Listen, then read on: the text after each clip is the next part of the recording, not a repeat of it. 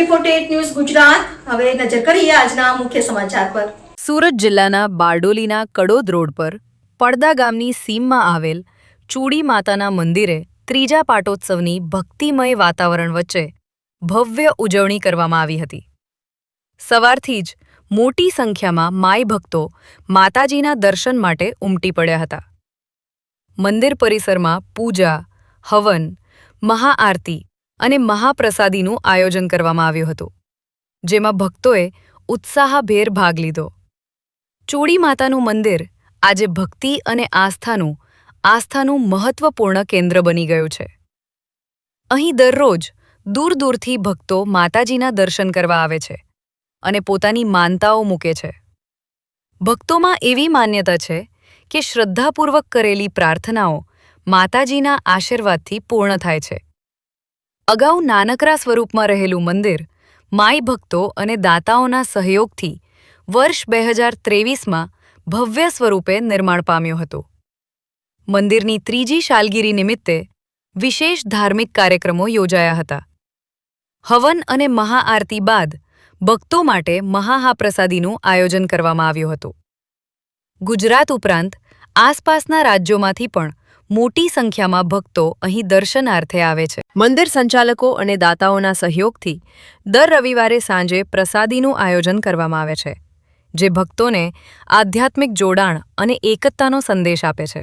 ઈશ્વર મેસુરિયા બારડોલી નિવાસી છું। અહીંયા 1990થી હું અહીંયા કડોદ ક્રાઇમ રોડ પર આવું છું। અહીંયા એક જૂનું દેરું હતું અને આ દેરુંનું નવનિર્માણ અમે 2023ની અંદર કર્યું ને એની પહેલી સાલગીરી 2023માં અમે કરી હતી ને આજે એની ત્રીજો પાટોત્સવ છે।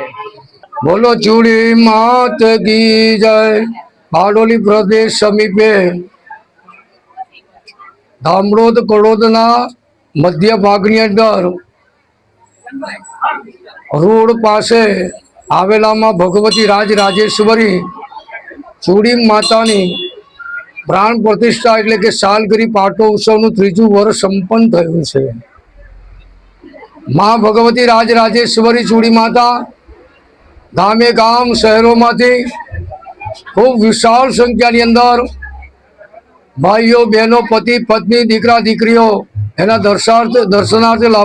દર્શનાર્થે આવે છે। જેને જુએ એને સંતાન આપે છે, જેને જુએ ધન મળે, જેને જુએ તેને શરીર સુખ આપે। કઈ કેટલાક પરિવારોને તો પરદેશના માટે વિઝાનું કાર્ય પણ માતાજીએ ખૂબ સરળતાપૂર્વક પાર ઉતાર્યું છે। આજના રોજ તારીખ 17/6/2024ના જે સુદ ત્રીજના બુધવારના દિવસે માતાજીનું અહીંયા નવા મંદિરની અંદર એમની પધરામણી થઈ। આવનારા દુખ્યાના દુઃખો દૂર કરે છે। માની એવી કૃપાની એવી ઝાંખી છે કે જે એને પરિવાર રાત્રે મધરાતે કે દિવસના ધંધા રોજગારમાં જ્યાં જુએ ત્યાંનું નામ સ્મરણ કરે એટલે માતાજી એનું કાર્ય સફળ કરે છે। સૌના સથવારે સૌના સહકારથી આ શ્રી નવચંડી યજ્ઞનું કાર્ય માતાજીના આશીર્વાદથી પૂર્ણ થયું છે। કડોદથી શ્રી કિરણભાઈ, એમના ભાઈઓના પરિવાર, સુરતથી વેદ પાઠીઓના દ્વારા માતાજીના ચંડીપાઠનું પારાયણ થયો। યજ્ઞ નારાયણના આશીર્વાદથી માતાજીના બધા પાઠોની આહુતિ અને બધા પરિવાર દેવતાનો આહુતિ અર્પણ કરીને માની કૃપાથી આ નવચંડી યજ્ઞ સંપન્ન થયો છે। ખૂબ વિશાળ સંખ્યાની અંદર માતાજીની કૃપાથી પ્રસાદ જેને કહેવાય, જેને મહાપ્રસાદ, એનું પણ એ ભવ્ય આયોજન કરવામાં આવ્યું છે।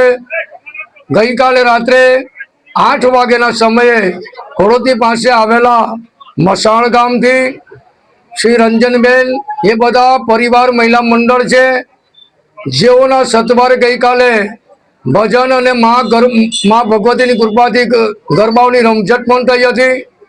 આવનારા દિવસોની અંદર આ સ્થાનનું એટલું બધું મહત્વ વધી જશે કે લોકો પોતાની આશા પૂરી કરવા માટે, આશીર્વાદ માટે અહીં બધા આવશે। અહીંયા ભવ્ય એવું હોલું પણ આયોજન કરવા માટે વિચાર થઈ રહ્યો છે. દર રવિવારના સાંજે 6 વાગે 500-700 માણસો એટલે પરિવારો બધા ભોજન પ્રસાદી માટે અહીંયા માતાજીના મંદિરે આવે છે અને એવો બધા વિચાર કરી રહ્યા છે. જે સોનુભાઈ છે, જે કેસરિયા જ્યુસ સેન્ટર બારડોલીના એવા અધિષ્ઠાતા છે. એમની સાથે નવસારીના આનંદભાઈ છે, બારડોલીના એમના મિત્ર શ્રી કિશોરભાઈ મેસુરિયા છે. એ બધાના મિત્રો પરિવારના સહયોગથી આ બધું કાર્ય એ સંપન્ન થાય છે.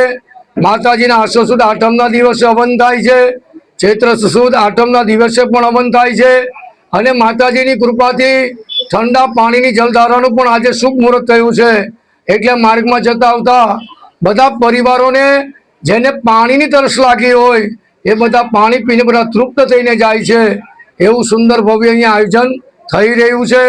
હવે પછીના દિવસોમાં પણ ભવ્ય એવા સુંદર બધા આયોજન થશે. આપનો સાથ, આપનો સહકાર માતાજીના ચરણમાં અમારી પ્રાર્થનાને વિનવું છું. જયંતી મંગલાકાલી ભદ્રકાલી કપાલિની દુર્ગા ક્ષમા શિવા ધાત્રી સ્વાહ સદા. એ ભદ્રકાલી સ્વરૂપમાં છે, મહાકાલી સ્વરૂપમાં પણ છે અને સર્વની પર એની કૃપા છે અને એના કૃપાથી આવનારા ભક્તો ખૂબ ધન્યતા અનુભવીને અહીંથી જાય છે. બોલો ચૂડી માત કી. પ્રશાંત પટેલ, AB48 ન્યૂઝ ગુજરાત, બારડોલી.